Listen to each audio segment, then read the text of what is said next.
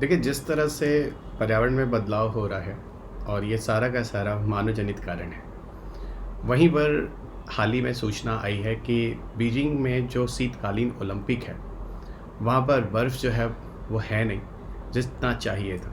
तो अब बिना बर्फ़ के वहाँ पर ओलंपिक गेम कैसे होगा?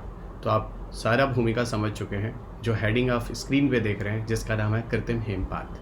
वहाँ पर कृत्रिम हिमपात की मदद से पूरा का पूरा जो फ़ील्ड है, वो बर्फ़ से ढका गया और पूरे के पूरे बर्फ़ से ढके हुए उस फ़ील्ड, उस क्षेत्र में, उस खेल के मैदान में खेल को कराया गया। इसके पीछे क्या कारण है, किन तकनीकों का उपयोग किया गया है, इन सारी बातों पर हम यहाँ चर्चा करेंगे। या पूरा का पूरा जो विषय है विज्ञान तकनीकी के साथ जुड़ा हुआ है और यहाँ कुछ ना कुछ आप इसका कंसेप्ट्स पर्यावरण से भी जुड़ता हुआ देखेंगे।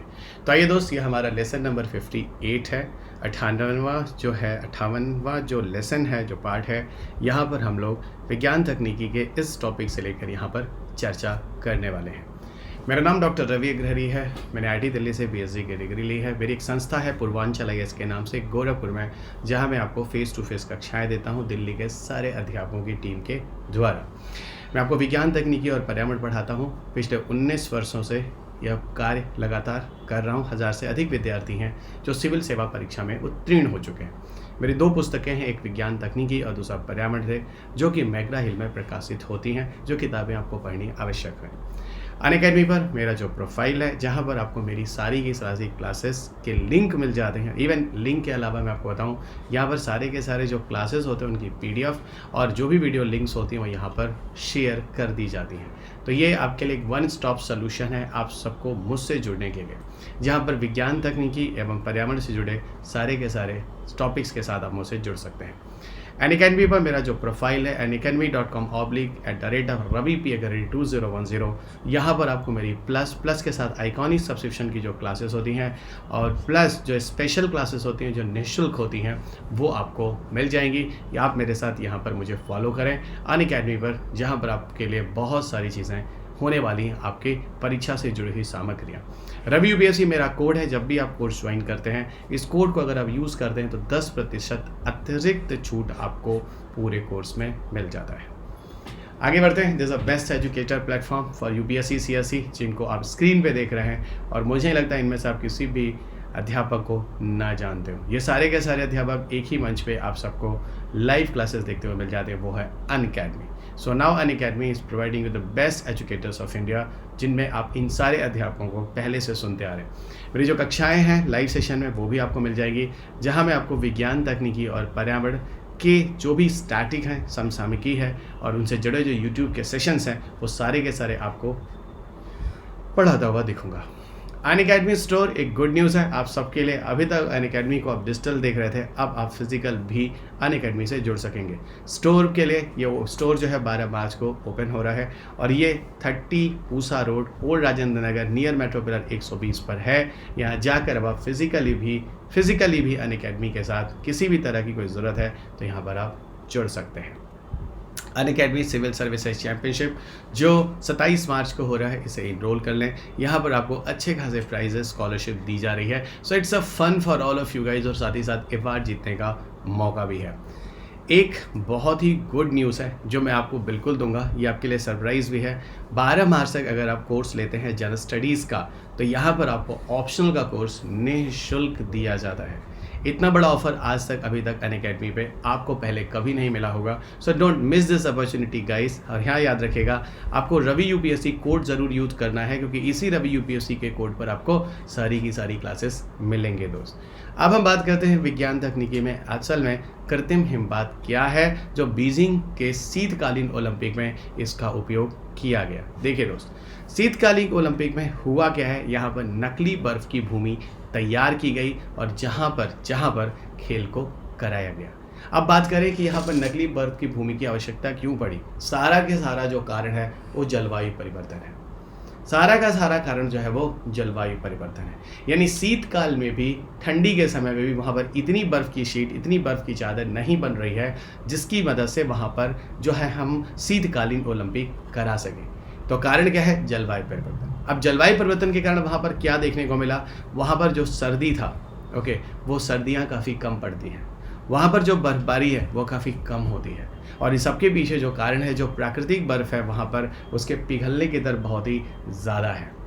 ओके, वहाँ पर जो प्राकृतिक बर्फ़ होते हैं उसके पिघलने की दर बहुत ज़्यादा है। अतः शीतकाल में भी वहाँ पर गेम करा पाना संभव नहीं था। अतः वहाँ पर चीन ने कृत्रिम बर्फ़ की व्यवस्था करने की कोशिश की और काफ़ी हद तक वो मजबूर भी रहा। और वहाँ पर इसने इटली से कुछ स्नो गन्स भी मंगाए गए, जिन्होंने स्नो की बौछार की। किस तरीके से सारा कार्य किया गया मैं आपको दिखाता हूँ। जनरली इस पूरे की पूरी प्रतियोगिता को जो भी कराया गया चीन के विंटर ओलंपिक में, शीतकालीन ओलंपिक में, इसमें जो बर्फ़ था उस बर्फ़ को जनरली पानी के साथ जोड़ा गया। ठीक है, जो स्नोगन्स या जो बर्फ़ यहाँ पर जनरेट किए जा रहे हैं उनको पानी के साथ जोड़ा गया। और पानी के साथ जब बर्फ़ को जोड़ा गया तो बर्फ़ जो था और ज़्यादा हार्ड हो गया, यानी उसकी डेंसिटी यानी घनत्व तो काफ़ी ज़्यादा हो गया। और उसके बाद उस बर्फ़ को पानी के साथ जोड़ने के बाद जब उसका कठोरपन बढ़ गया, उसके बाद उसको रसायनों की मदद से उसी अवस्था में काफ़ी देर तक बनाकर रखा गया। और काफ़ी देर तक बर्फ़ के न पिघलने की वजह से वो बर्फ़ वहाँ पर बर्फ़ की एक शीट के रूप में रहती है और उस बर्फ़ के शीट के ऊपर गेम कराया जाता है, यानी विंटर ओलंपिक के जो खेल होते हैं वहाँ पे संपादित होते हैं। फिर मैं कह रहा हूँ बर्फ़ को लेकर क्या करते हैं, पानी के साथ उसे मिलाया जाता है और पानी के साथ मिलाकर उसे और कठोर बनाया जाता है। और कठोर बनाने के बाद उसे रसायनों की मदद से पिघलने से रोकने की कोशिश की जाती है। याद रखिएगा, अगर बर्फ़ जितना ही कठोर होगा उसके पिघलने की दर उतनी ही कम होगी। और साथ साथ अगर रसायनों की मदद ले ली जाए तो उसके पिघलने की दर ना के बराबर हो जाती है। एक लंबे समय तक वहाँ पर बर्फ़ की शीट पड़ी रहती है।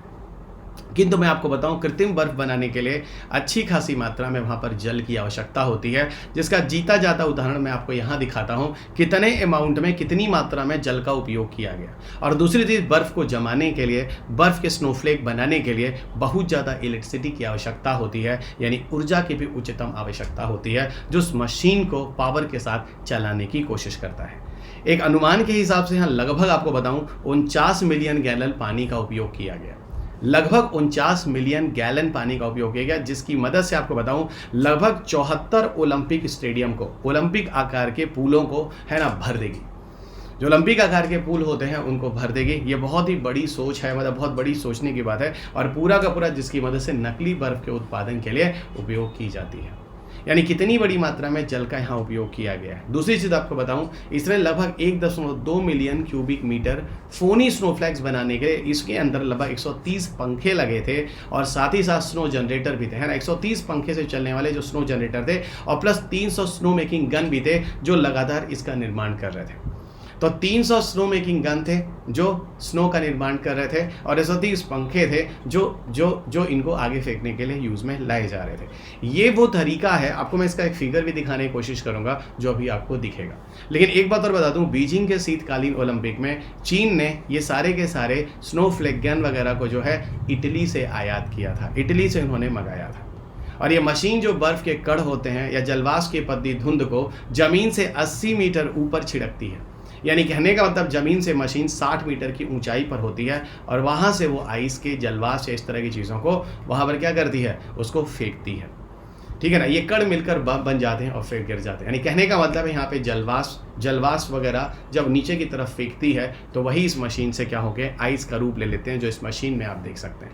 इस मशीन में आपको ये तार दिख रहा होगा, जहाँ दिख रहा होगा कि बिजली का प्रयोग हो रहा है, विद्युत का प्रयोग हो रहा है और यहाँ इस मशीन से पानी निकलता है। लेकिन जैसे ही पानी बाहर निकलता है वो एक स्मोक के फॉर्म में होता है, जो मशीन इसको निकालता है और इसकी पूरी की पूरी नीचे एक शीट देख सकते हैं बर्फ़ की, जो आप स्क्रीन पर आपको दिखती है। यही है स्नो जनरेटर और इसी के अंदर है पूरा का पूरा कहानी, जो कि स्नो फ्लेक के साथ काम करता है। यहीं पर आपसे बात कर लूँ कि कृत्रिम हिमपात जो है, यानी आर्टिफिशियल जो स्नो है, वो कैसे प्राकृतिक स्नो से अलग है। ठीक है, कैसे प्राकृतिक स्नो जो नेचुरल स्नो होते हैं वो कैसे अलग है। अगर हम बात करें तो पूरी तरह से दोनों के दोनों जो बर्फ़ होते हैं वो अलग होते हैं। जो प्राकृतिक बर्फ़ होते हैं, कृत्रिम बर्फ़ होते हैं, पूरी रूप से अलग होते हैं। प्राकृतिक बर्फ़ जो होते हैं वो नाजुक होते हैं और नुकीले होते हैं। उसी के विपरीत अगर हम कृत्रिम बर्फ़ की बात करें तो काफ़ी कठोर होते हैं, काफ़ी घने होते हैं और इनका शेप जो होता है नुकीला ना होकर जनरली गोल होता है। और याद रखिएगा, घने होने के कारण ही इनके पिघलने की दर काफ़ी कम होती है।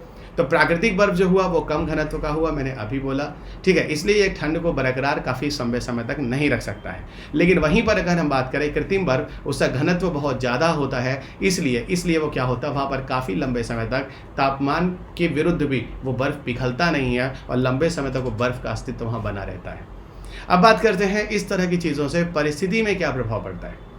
ओके, यहाँ पर ये भी कहा गया इस तरह की चीज़ों के उपयोग से लगातार पर्यावरण में अच्छा खासा नुकसान देखने को मिल सकता है। ओके, वो अलग बात है कि कृत्रिम बर्फ अगर हम इन जगहों पर देखें तो काफ़ी हद तक प्राकृतिक बर्फ से काफ़ी हद तक बेहतर देखे गए। इसके उत्पादन की प्रक्रिया पर्यावरण पर प्रभाव डालती है। कैसे प्रभाव डालती है मैं आपको बताता हूँ। जो कृत्रिम बर्फ होते हैं वो प्राकृतिक बर्फ की तुलना में बहुत धीमी गति से पिघलते हैं, ठीक है। और एक बात बताऊँ, ये जल स्तर के सामान्य स्तर को बनाए रख सकते हैं। धीरे धीरे जो बर्फ़ होगा वो पिघलेगा, धीरे धीरे रिस कर वो ज़मीन के अंदर जाएगा और ज़मीन के अंदर एक वाटर टेबल का नियमन भी करेगा। अगर ये बर्फ़ जो होता है कहीं ना कहीं इसका नुकसान भी कर सकते हैं, और उस पर हम नहीं जाएंगे जल स्तर की कमी को कैसे रख सकते हैं। कृत्रिम बर्फ़ पौधों पर बर्फ़ की परतें बना सकती हैं, और अगर पौधों पर बर्फ़ की परतें चल जाएंगी तो चिलिंग इफेक्ट बोला जाता है। अधिक तापमान गिर जाने से पौधों के अंदर उनके बचने की क्षमता नहीं रहेगी और पौधे मर सकते हैं, यानी उनका नुकसान भी हो सकता है। और सबसे बड़ी बात यहाँ पर मैंने आपको बोला, इस पूरे के पूरे कार्य में आप अच्छा खासा इलेक्ट्रिसिटी का कंजम्पशन करते हैं, और यहाँ पानी की बड़ी खासी मात्रा में आप यहाँ पर बर्बादी भी करते हैं, और यह बहुत महंगा है ना, और टिकाऊ भी नहीं है।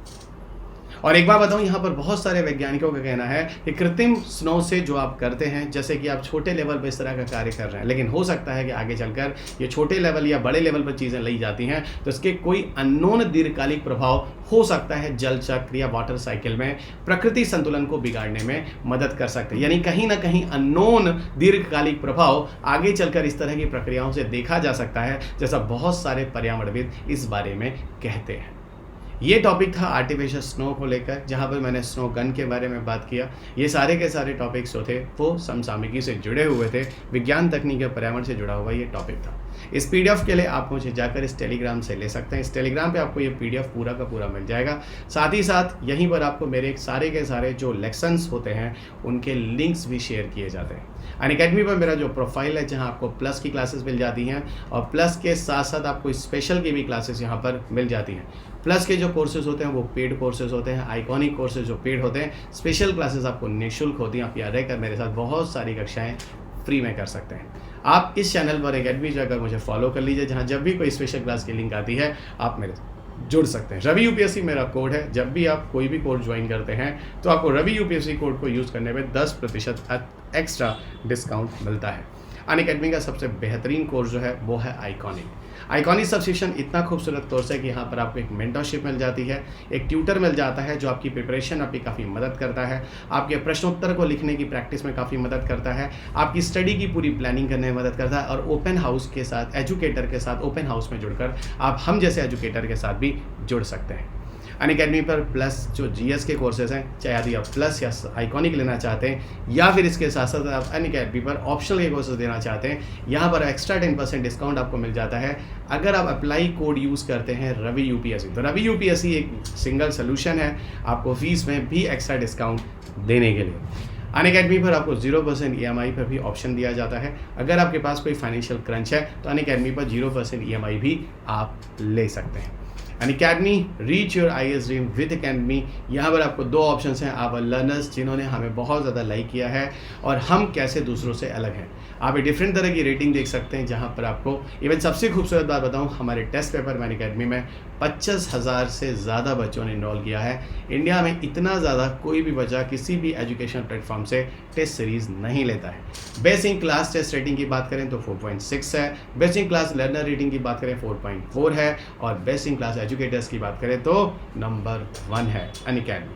वहीं पर अगर हम अपने आप को बताएं कि हम दूसरों से अलग कैसे हैं, तो यहाँ पर हम आपको पूरे प्रिंटेड नोट्स देते हैं, 20,000 से अधिक क्वेश्चन की प्रैक्टिस सेशंस कराते हैं, MCQ बेस आपको क्रैश कोर्सेज दिए जाते हैं, और लाइव मेंटरशिप भी दी जाती है। आगे बढ़ते हैं। अनअकैडमी पर एक बहुत ही बेहतरीन एक ऑप्शन आपको और दिया गया है, जो हाल ही में कुछ दिनों में ऐड हुआ है, लाइव मेंटरशिप प्रोग्राम। यहाँ पर कोई भी मेंटोर के साथ आप जुड़कर, एक मेंटोर के साथ आप जुड़कर अपने किसी भी स्तर के क्वेश्चंस की डिस्कशन कर सकते हैं। पर इस सेशन को आपको बुक कराना होता है, क्योंकि यहाँ पर 1-to-1 इंटरेक्शन होता है, और कोशिश की जाती है आपके सारे डाउट्स पस्तर डिस्कशन में आपके लैंग्वेज के साथ ही आपसे जुड़ा जाए, आपके प्रेफरेंस लैंग्वेज में। अंत में आपको बता दूं, साइंस एंड टेक एनवायरनमेंट के लेसन्स यहाँ पर जो मैं अनअकैडमी पर आपको ले रहा हूँ, विज्ञान तकनीकी का एक सेशन हो चुका है और इन्वायरमेंट का जो है पहला सेशन चल रहा है 2022 के लिए। तो जितने भी विद्यार्थी 2022 का परीक्षा देने जा रहे हैं, बिल्कुल आप इस लेसन को मिस ना करें। ये लेसन्स जो भी हैं बहुत ही इंपॉर्टेंट हैं।